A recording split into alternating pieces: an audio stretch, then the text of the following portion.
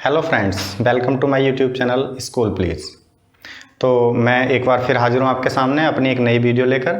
जैसा कि मैंने कल आपको काइंड्स ऑफ द सेंटेंस पढ़ाए थे और उसके बाद मैंने आपको एक एक्सरसाइज भी इससे पिछली वीडियो में मैंने आपको दी थी। आज सबसे पहले मैं उस एक्सरसाइज का जो सॉल्यूशन है, जो सॉल्व्ड एक्सरसाइज है, वो मैं आपके सामने यहाँ पर प्रेजेंट कर रहा हूँ। तो आपने जो अपनी एक्सरसाइज को सॉल्व किया हो उस एक्सरसाइज को एक बार यहाँ से चेक कर लें। उसके बाद में आज का जो मेरा नया टॉपिक है वो है parts of the sentence, sentence के भाग। देखिए, जो भी सेंटेंस हमारा होता है उसको हम कुछ भागों में बांट सकते हैं और कुछ क्या, सेंटेंस के जो है मुख्य दो भाग होते हैं। नंबर 1 पर होता है सब्जेक्ट, जिसको हम उद्देश्य या कर्ता भी कहते हैं, और दूसरा पार्ट होता है इसका प्रेडिकेट, जिसको हम विधेय कहते हैं। देखिए फ्रेंड्स, मैं एक बार ये बात आपको क्लियर कर दूं कि कोई भी सेंटेंस हो उसमें दो भाग होते हैं केवल। एक भाग होता है उसका सब्जेक्ट और दूसरा भाग होता है उसका प्रेडिकेट। अब मैं यहाँ पर आपको दोनों भाग अलग अलग करके समझाता हूँ। सबसे पहले मैं आपको समझाना शुरू करता हूँ सब्जेक्ट। सेंटेंस का जो भाग जिसको हम सब्जेक्ट के नाम से जानते हैं वो सब्जेक्ट क्या होता है और कैसे हम उसको जो है आइडेंटिफाई करेंगे। इसको हिंदी में लिख लेता हूँ मैं, कर्ता। देखिए, सेंटेंस जो भी हो, माना हमने कि सेंटेंस एक लिखा, रवि बॉट आ बुक। देखिए, हमने सेंटेंस को लिखा रवि बॉट अ बुक। इस सेंटेंस में क्या होता है कि जिसके बारे में हम बात कर रहे होते हैं वो सेंटेंस का सब्जेक्ट होता है। जैसे कि हम इसमें बात कर रहे हैं रवि के विषय में। रवि ने एक पुस्तक खरीदी। यदि हम इसको हिंदी में लिख लेते हैं तो थोड़ा और आसान हो जाता है। इस सेंटेंस में हम रवि के विषय में बात कर रहे हैं कि रवि ने एक पुस्तक खरीदी। तो जिसके विषय में हम बात कर रहे हैं रवि, ये इस सेंटेंस का सब्जेक्ट है। और दूसरे नंबर पर जो हमारा प्रेडिकेट होता है, इस प्रेडिकेट को मैं समझा देता हूँ। प्रेडिकेट, जिसको हम विधेय कहते हैं। इसी सेंटेंस को यदि हम ले लें तो इसमें रवि तो हो गया है इसका सब्जेक्ट, और सब्जेक्ट के विषय में हम जो कुछ भी सेंटेंस में कहते हैं, सब्जेक्ट के विषय में हमने जो कुछ भी कहा हो वो सेंटेंस का प्रेडिकेट भाग कहलाता है। देखिए, यहां पर एक बात और होती है कि जो हमारा सब्जेक्ट है उस सब्जेक्ट में भी वर्ड एक भी हो सकता है, दो भी हो सकते हैं, और दो वर्ड से ज्यादा वर्ड्स भी हो सकते हैं।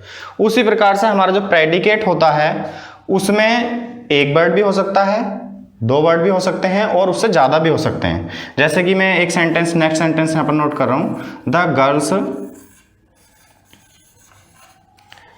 प्ले। देखिए, इस सेंटेंस में ये तो इसका हो गया सब्जेक्ट, द गर्ल्स, लड़कियां, और जो आगे बचा है ये भाग, ये हो गया प्रेडिकेट। यहां पर एक सेंटेंस में जो प्रेडिकेट मैंने आपको बताया उसमें एक से ज्यादा वर्ड्स हैं। नेक्स्ट सेंटेंस में जो मैंने आपको प्रेडिकेट बताया उसमें केवल एक वर्ड है। तो ये सेंटेंस पर डिपेंड करता है कि सब्जेक्ट में एक वर्ड होगा, दो वर्ड होंगे, या दो से ज्यादा होंगे। उसी प्रकार से प्रेडिकेट में भी एक वर्ड होगा, दो वर्ड होंगे, या उससे ज्यादा वर्ड्स होंगे। अब मैं आपको यहाँ पर ये दोनों चीजें अलग अलग करके समझा रहा हूं। जो हमारा सब्जेक्ट होता है, जो हमारा सब्जेक्ट होता है वो कभी कभी एक शब्द से ज्यादा का भी हो सकता है और एक शब्द का भी हो सकता है। वो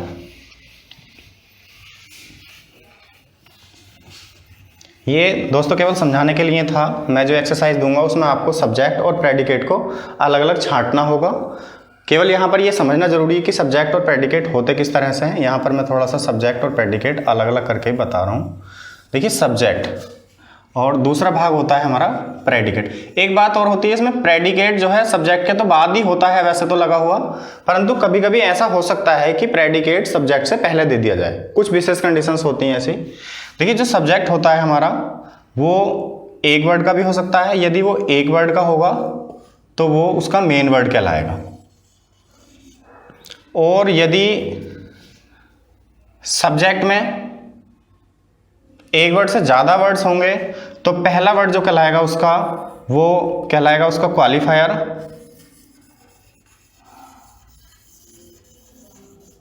और दूसरा वर्ड उसका कहलाएगा मेन वर्ड या हेड वर्ड।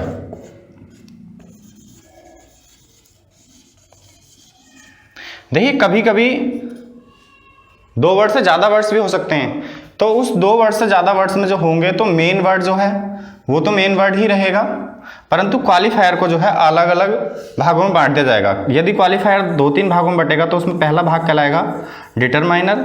डिटरमाइनर का अर्थ होगा कि जो इसको विस्तार देगा, और दूसरा होगा इसमें क्वालिफायर,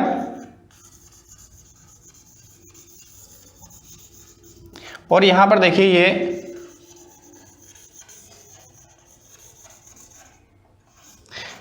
एडजेक्टिव फ्रेज का भी इसमें प्रयोग हो सकता है।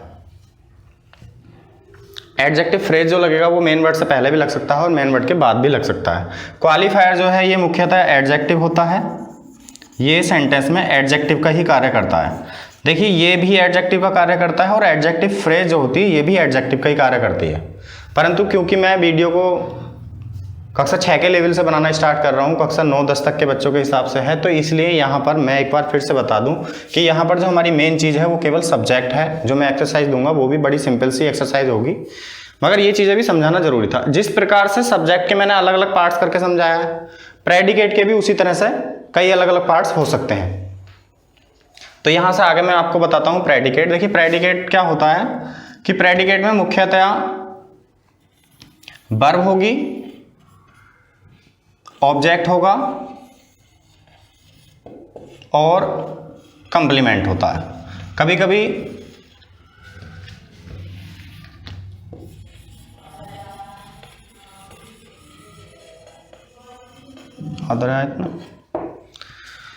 कभी कभी सेंटेंस के प्रेडिकेट में केवल वर्ब हो सकती है और वर्ब के बाद ऑब्जेक्ट भी हो सकता है, और कभी कभी साथ में कंप्लीमेंट भी जुड़ा रहता है। और यहाँ पर मैं बात बता दूं कि ऑब्जेक्ट जो होता है सेंटेंस में वो भी 2 प्रकार का हो सकता है, इनडायरेक्ट ऑब्जेक्ट और डायरेक्ट ऑब्जेक्ट। ये अलग अलग सेंटेंस पर डिपेंड करता है कि जरूरी नहीं है ऑब्जेक्ट 2 ही प्रकार का हो। ये चीज़ जब मैं आपको बताऊंगा आगे कभी जरूरत लगेगी तो मैं बताऊंगा कि डायरेक्ट ऑब्जेक्ट और इनडायरेक्ट ऑब्जेक्ट क्या होते हैं, इनको भी डिटेल में समझाऊंगा किसी अगली वीडियो में। आज के लिए फिलहाल केवल इतना कि सेंटेंस के 2 भाग होते हैं, सब्जेक्ट और प्रेडिकेट। देखिए मैं यहाँ पर एक बात और बता दूं कि सब्जेक्ट कोई भी सेंटेंस हो वो सब्जेक्ट के बगैर तो अधूरा होता ही है, परंतु उसमें प्रेडिकेट का होना भी बहुत ज़्यादा जरूरी है। परंतु जो हमारे इंपरेटिव सेंटेंस होते हैं, जैसा कि मैंने पहले दिन बताया आपको, जो हमारा 3rd कैटेगरी आती है इंपरेटिव सेंटेंसेस। इंपरेटिव सेंटेंसेस में देखिए सब्जेक्ट जो है यू होता है, परंतु वो छिपा रहता है। बाकी जो सेंटेंस होता है उसका केवल प्रेडिकेट होता है, सब्जेक्ट उसका छिपा रहता है जो कि यू होता है। परंतु एक सेंटेंस है थैंक यू, अगर हम इस सेंटेंस की बात करें तो इसमें सब्जेक्ट आई छिपा हुआ है। इस सेंटेंस के अलावा जो बाकी सेंटेंस होते हैं उसमें सब्जेक्ट यू होता है, परंतु इस अकेले सेंटेंस में यहाँ पर सब्जेक्ट आई है। अब देखिए जो मैं आपको एक्सरसाइज देने वाला हूँ, इन दोनों चीज़ों को याद कर लें कि सेंटेंस के 2 भाग होते हैं, सब्जेक्ट और प्रेडिकेट। जो मैं अगली एक्सरसाइज आपके सामने यहाँ पर प्रेजेंट कर रहा हूँ, इस एक्सरसाइज में आपको सब्जेक्ट और प्रेडिकेट अलग अलग पिक आउट करके लिखने हैं। किस प्रकार से लिखने हैं मैं ये एक सेंटेंस आपको एग्जाम्पल के तौर पर बता रहा हूँ। जैसे कि सेंटेंस है the boy bathed in the Ganga. देखिए ये सेंटेंस है जिस प्रकार से एक्सरसाइज में लिखे हुए होंगे। इसको हमें किस प्रकार सोल्व करना है कि पहले यहाँ पर हम हेडिंग डालेंगे सब्जेक्ट और यहाँ पर हम हेडिंग डालेंगे प्रेडिकेट, और जो सेंटेंस हमारा दिया हुआ है हमारे सामने उसमें से छांटकर हमें जो सब्जेक्ट है उसको यहाँ पर नोट कर देंगे। सब्जेक्ट है इसका द बॉय, और जो बाकी बचा है वो सेंटेंस का प्रेडिकेट है, तो उसको हम यहाँ पर लिख लेंगे बाथ, बल्कि यहाँ पर बाथड है इन द गंगा। ये इस तरह से एक्सरसाइज को सॉल्व करना है। अगली एक्सरसाइज में मैंने आपको 10 सेंटेंसेस दिए हैं, उस सेंटेंस को पहले उतारना है और उसके बाद में यहाँ पर सब्जेक्ट और प्रेडिकेट अलग अलग हेडिंग्स डालकर उसको जो है नोट करना है कि सब्जेक्ट में, सेंटेंस में सब्जेक्ट कौन सा है और प्रेडिकेट कौन सा है। और यहीं पर मैं अपनी वीडियो को समाप्त करता हूँ। वीडियो यदि मैं वीडियो बना रहा हूँ ये बच्चों के हिसाब से हैं, यदि अच्छी लगती हैं तो इसको लाइक करें, अपने फ्रेंड्स के साथ शेयर करें। और यदि मेरी सीरीज़ से जुड़े रहना चाहते हैं तो मेरे चैनल को सब्सक्राइब करें। मैं इस सीरीज़ में काफ़ी सारी वीडियोस ऐसी ही लेकर आऊँगा जो कक्षा 6 से लेकर कक्षा 10 तक के बच्चों के लिए उपयोगी होंगी। और मैं साथ ही साथ बच्चों के लिए थोड़ा बहुत वर्क भी इसमें देता जाऊँगा ताकि बच्चों का जो समय है वो कामयाब होता रहे। और इसी के साथ बाय बाय।